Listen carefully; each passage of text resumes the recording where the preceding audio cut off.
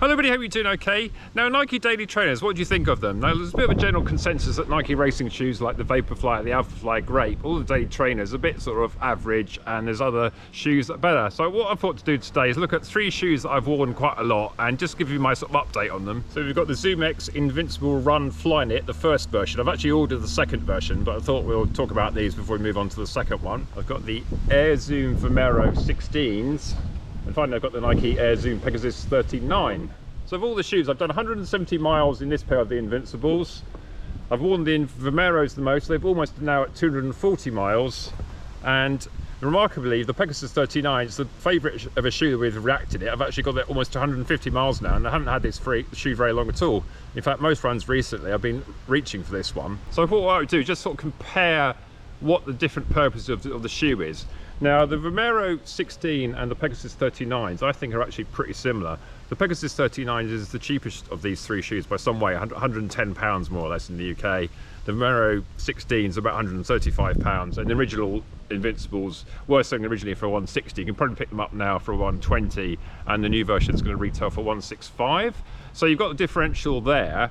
And in the 2 more expensive shoes, the Vomero 16 and the Invincible, you've got ZoomX. You've got the full ZoomX in the Invincible all the way along, and in the Vomero 16 you've got sort of ZoomX sort of layer hidden and away at the back there. It extends to about sort of the middle, and at the front you've got like an Air Zoom unit.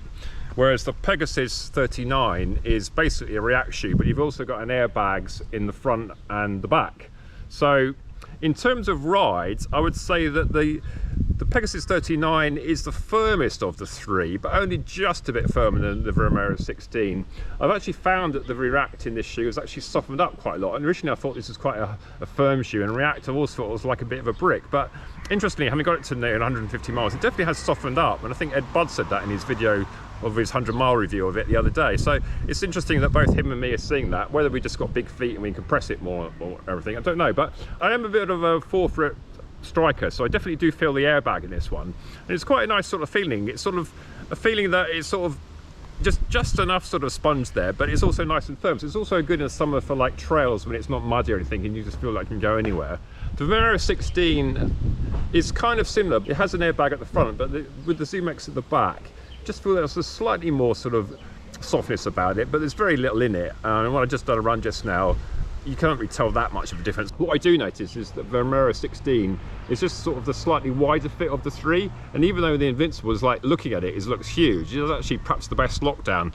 And the Pegasus 39 with the Flywire has definitely improved the lockdown an awful lot since the previous versions, which I really was struggling to get a lockdown for my very narrow feet. So in terms of the free for lockdown, the Pegasus 39 and the Invincible do well, but the Invincible sort of gets you like a nice lockdown, but have this sort of voluminously padded tongue. The tongue in the Vomero is also quite padded as well, but not quite as much, and the Pegasus 39 is, by comparison, there's a bit of softness to it, but it's definitely the thinnest of the 3. Now in terms of weight, the Pegasus 39 wins there. In my size, it's 355 grams, which isn't too bad for a daily trainer, going up to 375 grams in the Vomero, and the biggest one is another 10 grams more. The Invincible is 385 grams. So what do I use each of the different shoes for? Well, I think very much the Pegasus and the Vomero are daily trainers. When you just want to sort of do a normal, sort of easy or steady run.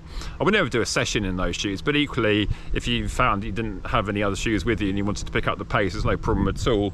Whereas the Invincibles, I tend to use those as a shoe that the day after a tough session, my legs are a bit sore, just want to go easy. I mean, I have actually tried to go quite fast in the Invincibles, down to about 6:30 pace, and it works, but it just felt a feeling that there's just so much that ZoomX, you just feel so soft compared to the other 2 being a lot firmer ride. So in terms of a differential, it's almost the case, do you really need the Pegasus 39 and the Vomero 16? I would say not. I just tend to sort of rotate them so I don't wear the same shoe every day. I've actually been wearing the Invincibles less of late. I think I'm just preferring a slightly firmer shoe. Maybe it's just because it's summer and you can get out on the trails a bit more and you just sort of so not confined to the road. I do feel in these that they're almost sort of too soft and a bit of feeling of sinking. So I'm interested to see whether the Invincible 2 is any different there, or literally is exactly the same feel, just some minor upper changes. Anyway, so let's sort of conclude this by having a look at the actual wear of the shoes. They're all doing pretty well actually.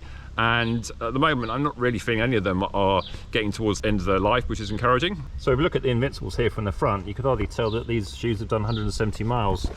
If you look on the back, I tend to find all my wear in my shoes is at the front here when I sort of toe off, and there's a bit of degradation there, but not too bad. Slightly smoother feeling on that one and kind of similar on that one, but you know, the waffles at the back are doing very well. And I think, well, for a shoe that's done 170 miles, I certainly think I would get at least this up to 300 if I wanted to. But with the new Invincible coming in, maybe this won't get so much use for a while. So be certain to compare it with a new one anyway. The Vomero is not exactly the most sort of stunning shoe, but you can't really ever go wrong with a black shoe with a bit of grey down the side. So if you get a bit of mud in it, it soon comes off. The outsole on this one is kind of quite similar to a Pegasus ilk, so not too much wear in these, but you can see, like the Invincible, a bit of wearing down of those waffles at the front there, and on the other one as well. So here's the Pegasus 39, and a very lot of light blue colour in this one. I think it's called Pure Platinum, the official colour in this one. But yeah, not much mud. As I said, I've been wearing this mainly on the roads, and then a bit of light trails. No real mud on this one at all, really. And again, the back of them doing very well. In fact, if anything, the waffles at the front there haven't really degraded as much as the other two, but I haven't worn this shoe slightly less miles than the other two. But other than that, I can't really see any wear there at all. So plenty of life in that one. Yeah, I hope to get that one to at least 300. I don't ever really take my shoes past 300 miles if I can avoid it, partly because I've got so many shoes I want to try out, and also I think that often I feel that they go in the toes in the shoes. I thought with the Pegasus 39, not long after I got them, I could sort of feel my toes in them. But bizarrely, is that sort of almost improved? But I've just got more used to running them, I don't know. And the other two, they're doing all right. I thought, again, it was kind of similar like that in the Invincible, but maybe sort of just a sort of feeling that, you know, that's probably where I need the most cushion, and often that is where you have the least, because that's one of the advantages of the high stack shoes like the Vaporfly, that's so much stuck under the toes. That's sort of like a nice sort of feeling there. These sort of daily trainers maybe don't have quite so much under there. But yeah, anyway, apart from that, it's sort of doing all right. So in summary, I'd say all three of these shoes are doing well. The Invincible definitely is out on a limb on its own sort of feeling, as a very soft shoe, a recovery shoe that you can go faster if you wanted to, but I don't really feel that comfortable doing so. The Vomero 16 and the Pegasus, quite similar sort of ilk really. Pegasus is obviously a better value. The Vomero 16 has the ZoomX in the back. Somebody did say to me that the Vomero 16 is almost designed for a hill striker with the ZoomX in the back, and I tend to agree with that in a way, but I have got that shoe now to 240 miles, so clearly it's sort of working for me. Just a bit wider than I perhaps would ideally like. The Pegasus 39 and the Invincible kind of fit me a bit better narrow wise, but I think all of these shoes would do for a variety of widths of feet, and the Pegasus, they do actually do a wider version as well if you really do have a wide feet and you want a bit more room there. Okay, so I hope you enjoyed this little update on the free daily trainers. I'll be sure to give you an update on the Invincible 2 when it comes. I've had a few chances to run in it. So I hope you enjoyed this video. Like and subscribe on that, and see you in the next one then. Bye!